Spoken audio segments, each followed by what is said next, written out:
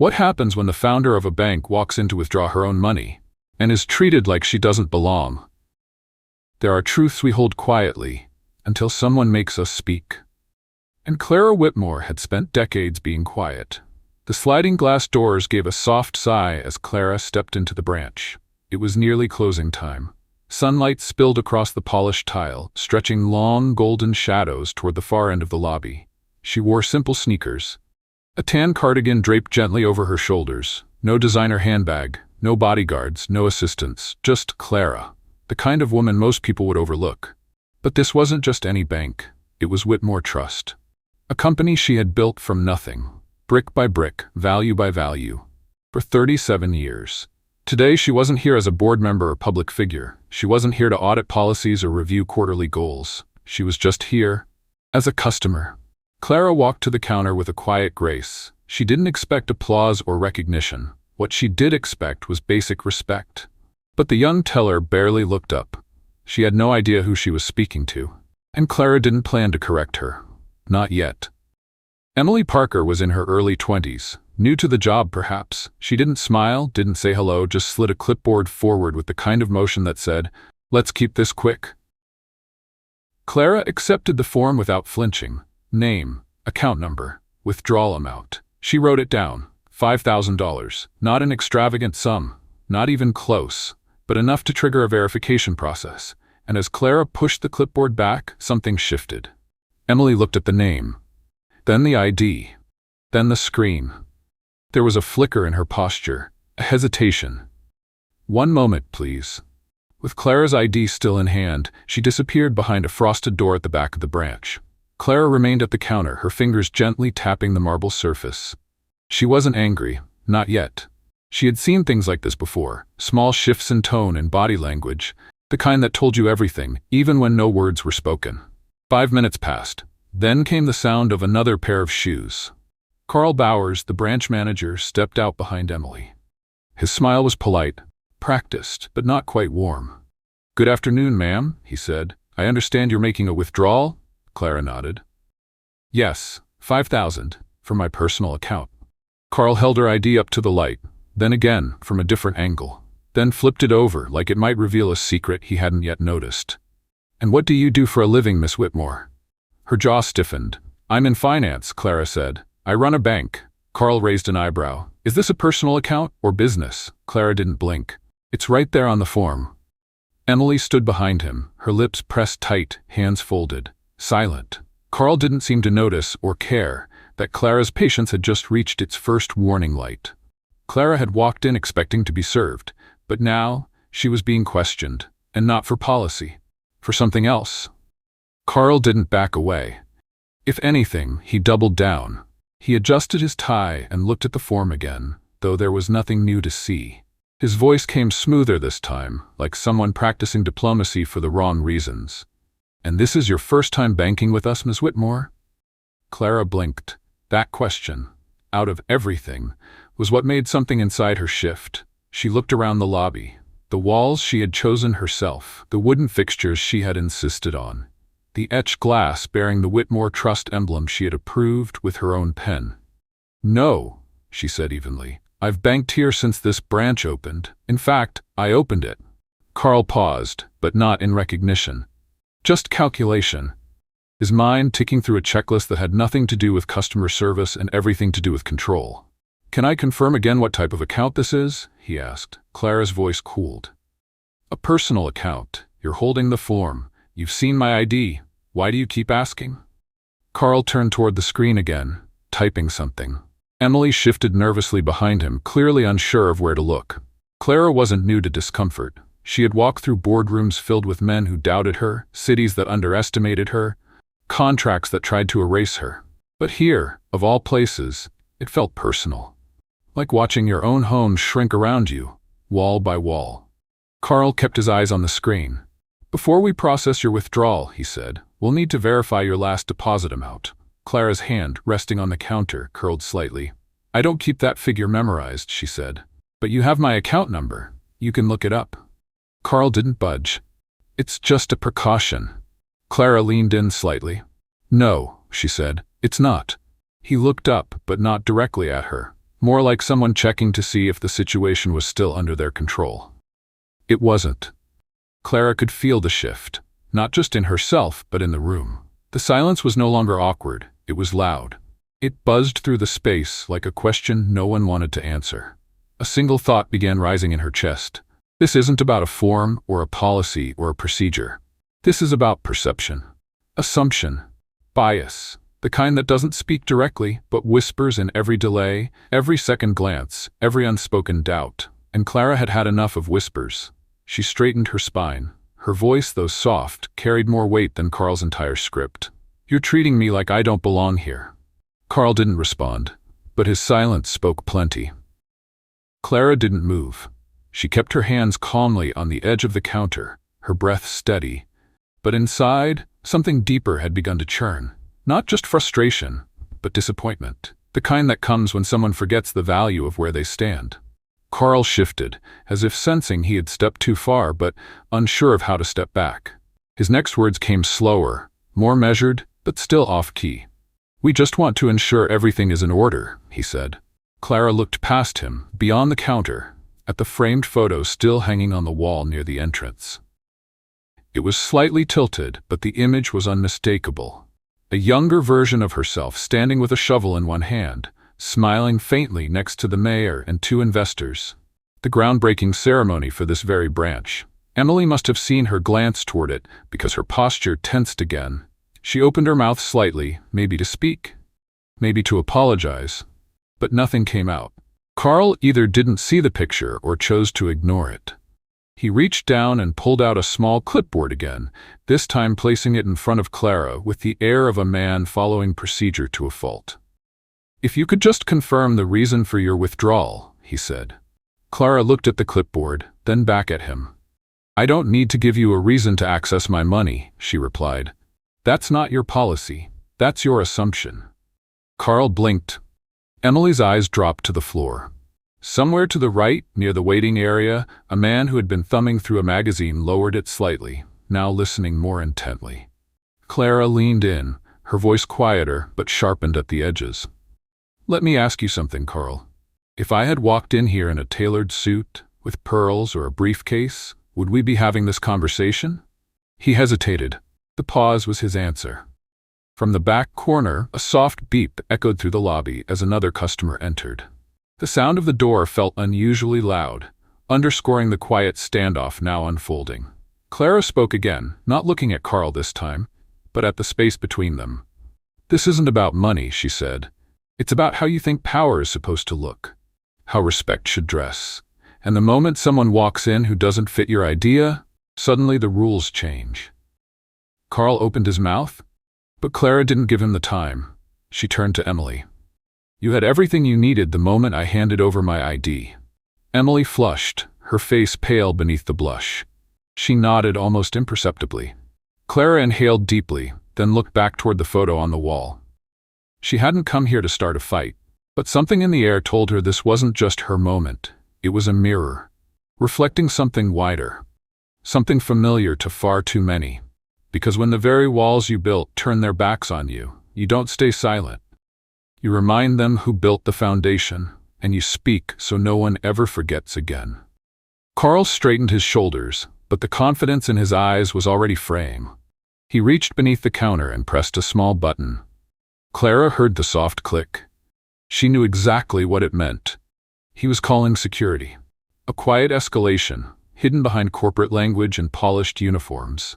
It was a move she had seen in other places. Airports, restaurants, lobbies where decisions were made without words. But she never thought she'd hear that sound here, in the very building she had brought to life. Moments later, the door opened again. A tall security officer entered the room. His expression was neutral, eyes scanning the space before settling on Carl. Clara felt the change ripple across the lobby, how the air seemed to tighten, how the room suddenly forgot to breathe. The guard stepped forward, stopping a few feet from Clara. He didn't say anything. He didn't need to. Carl spoke instead. "We just want to ensure a smooth experience for all our customers," he said, the line too rehearsed, too detached. Clara tilted her head slightly. Her voice came soft, but the room leaned in when she spoke. "A smooth experience," she repeated. "Is that what this is?" She turned to the guard. You were called because, why, exactly? He shifted his weight. I was told there was a disturbance. A disturbance, Clara echoed. Not a security risk. Not a threat.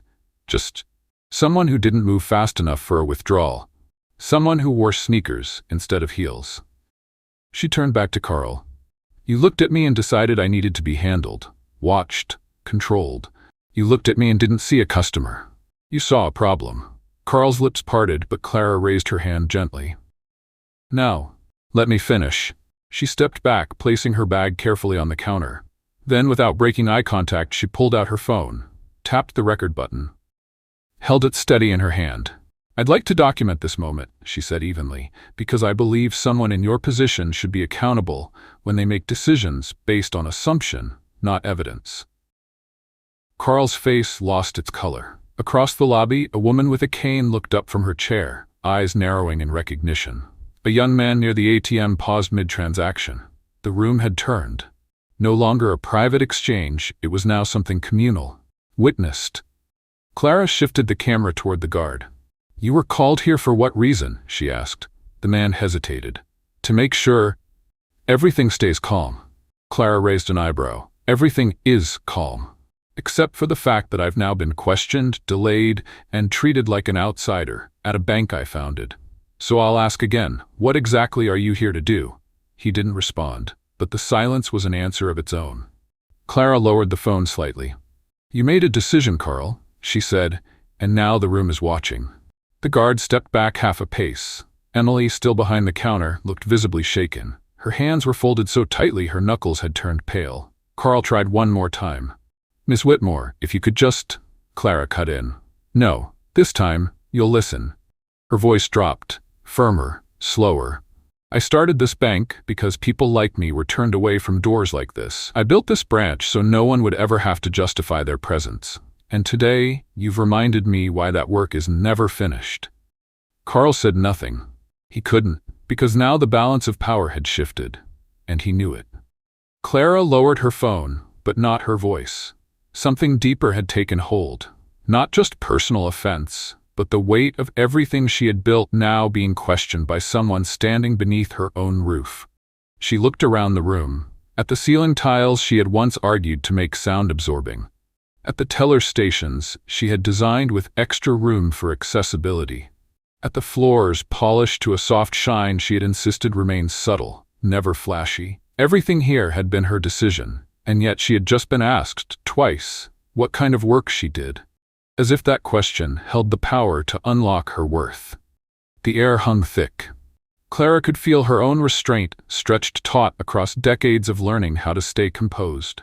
But this wasn't a day for composure, it was a day for clarity. She turned to Emily again, her tone quieter now, but unshakably firm. You saw my name, you had my ID, you knew my account number, and yet you said nothing. Emily's throat moved as she tried to speak. I was just trying to follow procedure. No, Clara said. You followed hesitation. That's not the same thing. Emily dropped her eyes. Clara let the silence sit there for a beat before she turned to the guard. And you, she said, were brought in not because there was a problem, but because someone like me looked like one. He didn't argue. He couldn't. Carl cleared his throat, still standing too straight, still trying to salvage something. His voice came flat. Miss Whitmore, we're simply ensuring safety for everyone. There's nothing personal here. Clara smiled faintly. But it wasn't kind. That's the line people use when they've made it very personal. She looked at him, straight through the layers of protocol and into the small, rigid shell of fear behind his eyes. Here's what you didn't expect, Carl. You didn't expect me to speak. You didn't expect me to film. You didn't expect someone in sneakers to carry consequence. But I do. And I will. Carl stepped back slightly. The guard shifted again. Emily had gone still. Clara reached for her ID on the counter, holding it up between them. This isn't just any identification. This is the ID of the woman who signed the founding papers for Whitmore Trust. The one who approved your employment. The one who wrote the employee handbook you're now twisting into something unrecognizable. Then her voice dropped into something lower, not louder, just heavier. I built this place so no one would be made to feel the way you've made me feel today. And that, more than anything else she had said, landed. Carl's expression cracked. Just slightly, but it was enough. Because in that moment, he finally understood. This wasn't a misunderstanding, it was a reckoning. The silence that followed felt final. Clara didn't need to raise her voice. She didn't need to threaten. She had spoken with the kind of weight that didn't seek attention. It commanded it. And everyone in the room felt it. They felt the power of a woman who had built something greater than a bank. She had built a promise. Carl stood there, lips slightly parted, hands twitching by his sides, as though they might find some paper to shuffle, some rule to hide behind. But there was nowhere left to go. The security guard quietly stepped back, placing more distance between himself and the counter. He no longer looked like an enforcer, just a man unsure of why he had ever been called. Emily turned her face away, blinking fast. Maybe it was guilt. Maybe it was something heavier. Clara didn't know, didn't need to, because she wasn't speaking for them anymore. She was speaking for every person who had been doubted in a place they built. Clara placed her ID back into her bag with care. Then she reached for the clipboard she had been told to fill out again. She picked it up and dropped it quietly on the counter. "I'm not filling this out twice." Her voice wasn't cold. It wasn't angry. It was finished. Carl finally stepped back. His mouth opened as if to say something. Perhaps an apology, perhaps one more line of deflection, but no words came out. Instead, Clara turned to the room. Not to make a scene, not for drama, but because she knew someone out there, maybe seated in the waiting area, maybe watching through the glass walls, needed to hear this. She held her phone up one last time, calm and certain. If a founder of a bank can be treated this way in her own building, ask yourself, how would they treat someone with no power at all? Then she walked, step by step, across the marble floor that once made her proud. The tiles echoed under her feet, each one like a soft drumbeat, closing the moment. The doors opened with a soft whoosh, letting in a breeze from the cooling evening air. She didn't look back. The next morning, Clara sat at the head of a long mahogany table. A leadership meeting had been called before sunrise. Every branch manager logged in. Some appeared on screen, others showed up in person. But all of them knew something had shifted. The first thing Clara said wasn't about policies or profits. It was about presence. No one, she began, should ever have to earn the right to be treated like they belong. Not here. Not ever. She looked at every face in the room, then laid down the new path forward. Bias training was no longer optional. It was embedded. Accountability reports were no longer quarterly. They were real-time. And most of all, silence from employees when something was wrong would now carry consequence. Carl Bowers was let go before noon. Emily was moved to a shadowing program, one that placed her alongside customers, not behind a counter.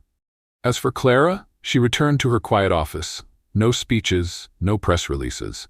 But those who passed her in the hallway noticed something different. Not in her stride, not in her tone, in her eyes. There was no anger there, just clarity, and a memory that would not fade. That day had taught her something. Change doesn't always come from the outside. Sometimes it walks in quietly, in sneakers, fills out a form, and refuses to be small. And sometimes, that's what shakes the ground loose, so something better can take its place. In life, there are moments when silence feels easier, when it seems simpler to nod, to comply, to walk away quietly, even when we're made to feel invisible. But Clara's story reminds us that dignity isn't something we ask for. It's something we affirm. Her quiet defiance in the face of doubt reveals a truth many of us know too well, that even in spaces we've helped build, we may still be asked to prove we belong. Whether in a bank, a boardroom, or a waiting line, the need to be seen and treated with fairness never disappears with age. It only deepens. This story isn't just about policy or procedure. It's about the assumptions we carry, and the courage it takes to name them. Clara didn't raise her voice. She raised the standard. And in doing so, she made space for others to be heard. For those watching, let it be a reminder. You don't have to wear power for it to be real. You carry it in how you speak, how you stand your ground, and how you choose not to be diminished by systems that overlook you. Sometimes change begins the moment you refuse to stay silent in the very place that taught you to be quiet. In life, there are moments when silence feels easier, when it seems simpler to nod, to comply, to walk away quietly, even when we're made to feel invisible. But Clara's story reminds us that dignity isn't something we ask for. It's something we affirm. Her quiet defiance in the face of doubt reveals a truth many of us know too well, that even in spaces we've helped build, we may still be asked to prove we belong. Whether in a bank, a boardroom, or a waiting line, the need to be seen and treated with fairness never disappears with age. It only deepens. This story isn't just about policy or procedure. It's about the assumptions we carry and the courage it takes to name them. Clara didn't raise her voice. She raised the standard, and in doing so, she made space for others to be heard.